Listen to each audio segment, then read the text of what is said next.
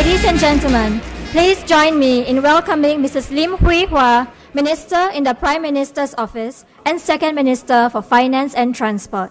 She is accompanied by our guest speaker, Mr. Niels Anderson, Partner and Group CEO of AP Moller Maersk, and Mr. Andreas Somenpau, Board Member for Maritime and Port Authority of Singapore.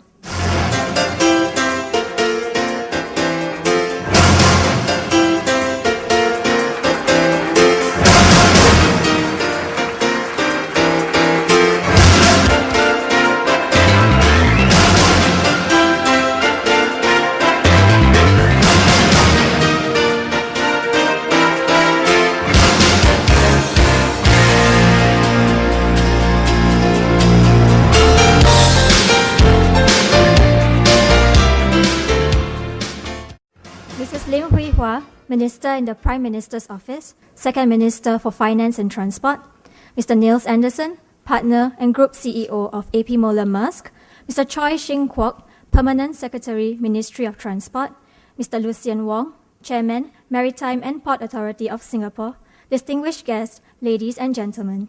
Good afternoon and a very warm welcome to the 5th Singapore Maritime Lecture 2011. My name is Murni and I will be your MC for this afternoon. As you may be aware, the Singapore Maritime Lecture is a key event of the Singapore Maritime Week, and this year sees the 5th installment of the series. Launched in 2007, the Singapore Maritime Lecture attracts and engages thought leaders on a wide variety of maritime industry issues. Without further ado, I would now like to invite the lecture's moderator, Mr. Andreas Somenpau, MPA Board Member and CEO of BW Maritime, to deliver his introductory remarks. Mr. Somenpau, please.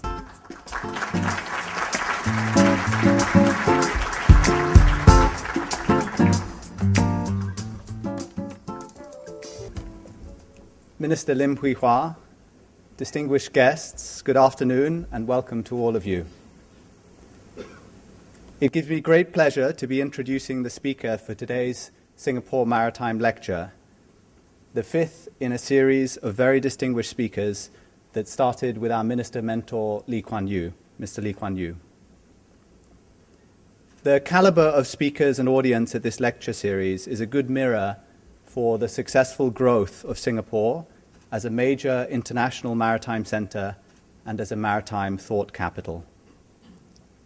Today, we are honored to have Mr. Niels Smedegård Andersen, Partner and Group CEO of the AP Moller Maersk Group, to deliver the lecture. AP Moller Maersk needs no introduction. In addition to being the largest container shipping company in the world with about 15% market share, it is also the 4th largest operator of container terminals and a major player in the tanker, offshore and oil and gas sectors. Mr. Andersen took on his role as Group CEO in 2007, having previously been the chief executive of Carlsberg, one of the world's top brewers.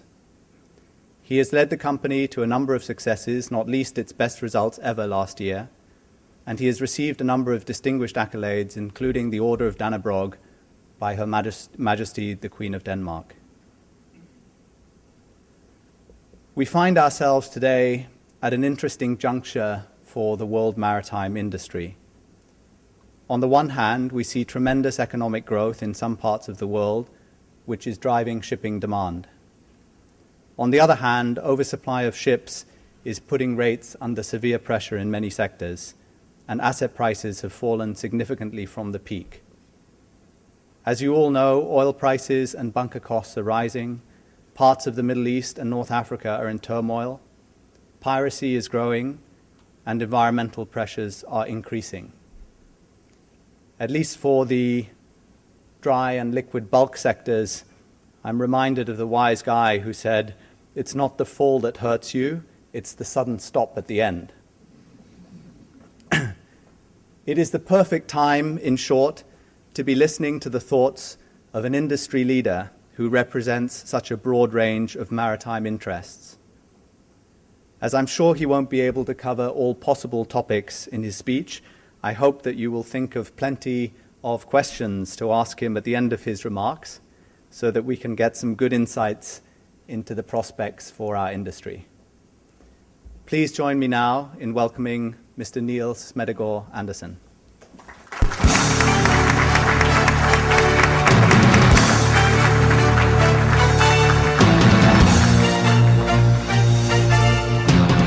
Prime Minister, Your Excellencies, ladies and gentlemen, it's really a great pleasure for me to be here today.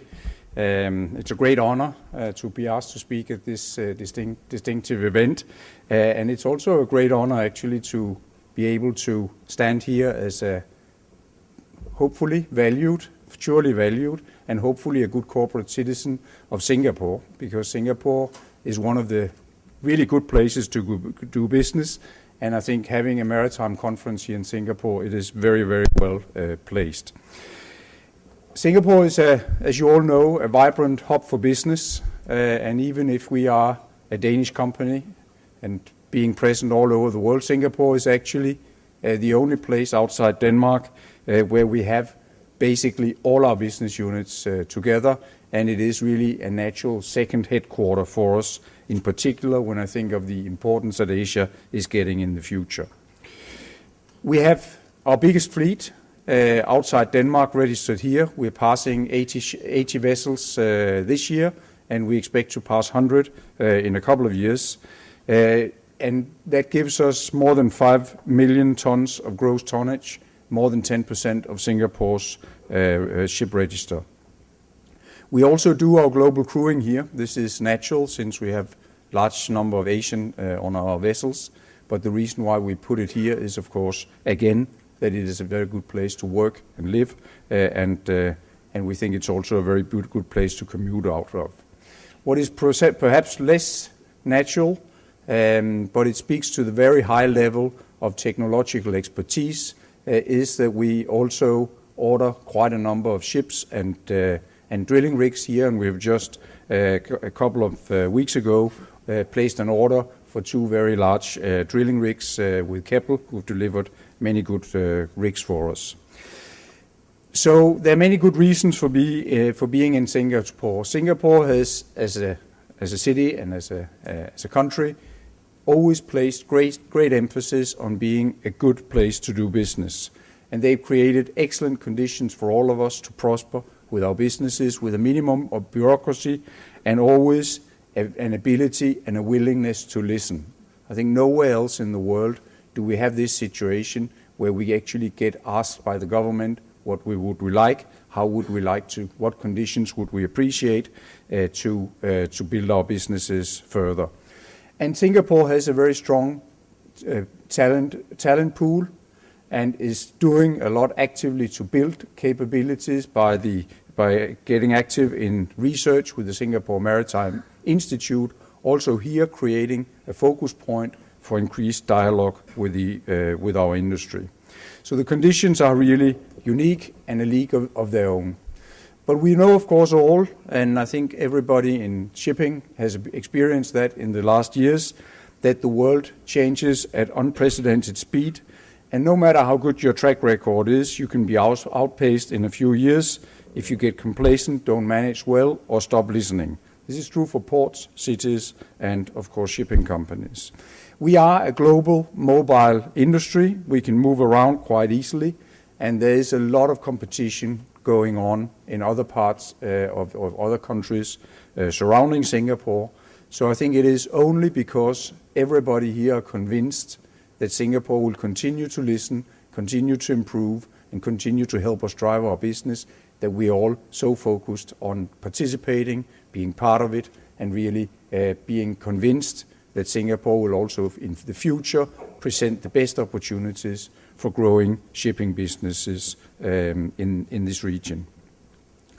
But it, of course, in order to stay on your toes and see what is important, I think I will also talk a little bit about what we see is important. And in some of these cases, Singapore really distinguishes itself from, I think I can say, any other country.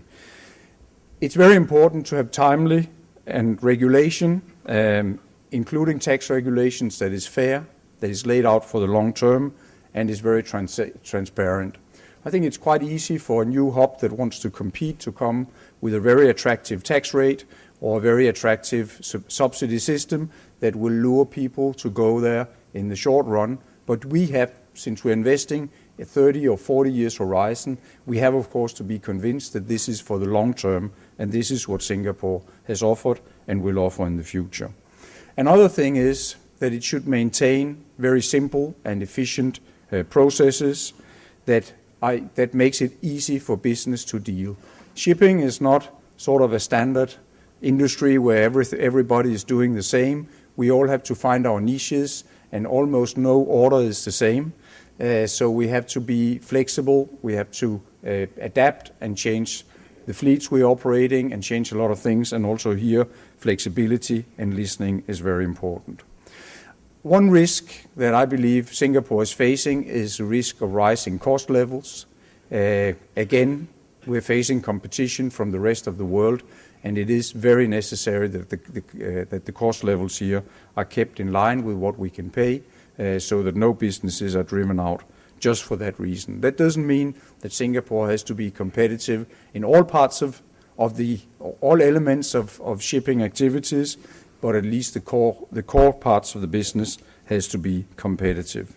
And then I would say it's also very important that a good finance industry is developed. Shipping is to a large extent driven by finance, and effective and modern finance systems without being reckless and without supporting the wrong businesses are very important for the future. But so much for Singapore. We're proud to be here, and I'm sure all of you share my sentiments when I say that this is just a very great place to do business. Shipping, and you've all experienced that in the last years, but shipping is of course very, very closely linked to the development in the global economy, and both as a prerequisite and also our earnings are affected. Without shipping, there would be no global wealth development to the extent we've seen. And when global wealth development stops, or we experience global problems, the first to feel it are also the shipping industry. We feel at A.P. Møller - Mærsk that at present the global economy is on the right track. We appreciate, of course, that there are plenty of short-term obstacles or problems or challenges at the moment, starting with the very unfortunate situation in Japan, to the equally unfortunate situation in North Africa, where a lot of people are suffering. But we do believe that fundamentally the long-term perspective of the world is excellent, and even the short-term and mid-term, in spite of hiccups, we are very confident that the good development in global business will continue. But that does definitely not, in our opinion, mean that yesterday's strategy will work in the future. Just as an example, and that makes it even more interesting to be in Asia these days, is that the global economy is tipping in balance. We are seeing that the mature markets are having big trouble getting their growth back, getting their economic development back, and getting their debt levels under control after the financial crisis. And the recovery is simply very slow, and I think we will have to live with that for quite a while. And it is really reflecting the underlying fact that the world is tipping. Much more of the global growth will be driven from the developing markets, and we as business people have to adjust to that. I think coming from one of the mature markets, that in the mature markets, the mature economies, we will experience these gradual adjustments as crises, and there will be crises in the markets that will not adjust to the future, but it will not be necessarily a global crisis. And as the developing markets grow, also the growth impetus here will be sufficient in many cases to overcome the minor adjustment crisis that's seen from here the Western world will experience on an unfortunately probably quite frequent basis. And that puts a lot of pressure on our companies to be both flexible and strong. Asia is becoming really a very exciting part of the world to do business in. If we just look at the past, it will be, in many cases, we will be talking about sourcing, about sending goods for the developed markets, the mature markets. But now it's becoming an area of consumption and an area of development itself. Just as an example, In last year, in 2010, in China, 18.1 million cars were sold. I happened to be there last month, and I believe the figure just for January this year was almost 2 million cars. This is far above what the US car market is, and just shows how things are really moving in that direction. Also, in our company, we see our intra-Asia business is booming. We had growth rate in the intra-Asia business of 40% last year, and I don't think any other trade can even hope of getting into these figures. And we are expanding our terminals business here as fast as we can. We'll actually open a terminal in Cap May tomorrow, and this part of building up infrastructure here is very exciting. It's not just Asia. A lot of talk about Asia, even more talk about China sometimes, but also other parts of the world are developing, even though with smaller populations. Of course, their global weight is also smaller. But if we take the major countries in Latin America, South America, they're also rapidly advancing, driven by plenty ample natural resources, and also increasing consumption and increasing appetite for goods also imported from Asia. We experience this firsthand. We are putting in operation starting this month a number of new ships, 16 vessels specialized for South America, being able to carry plenty of finished goods over there and plenty of refrigerated fresh fruit and foods back to Asia. We're also investing in terminal capacity there, and we see the rapid build-up that is necessary to keep speed and keep track of the politicians' ambitions, and this is going to be a lot of investment from the rest of the world.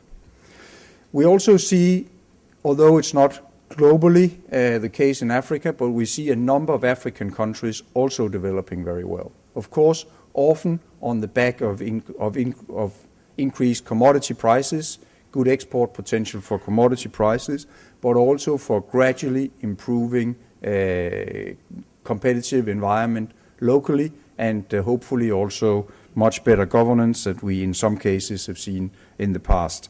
And also here we're launching a new string of vessels specialized for Africa with low draft that can enter the quite complicated ports in these areas, in addition to also being a major investor in African ports over the last many years.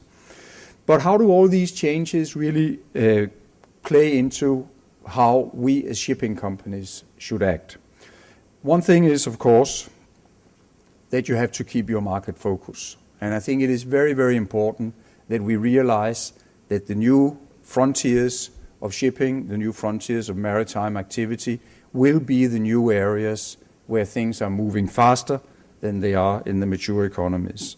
When the balance of the economy is shifting to the Asia, Africa, and Latin America, it means that infrastructure put in place here will have much more potential than in the mature market, simply because of the growth rates, simply because those of us in infrastructure can hope that there will occasionally be lack of capacity. So here we have two hearts in our chest.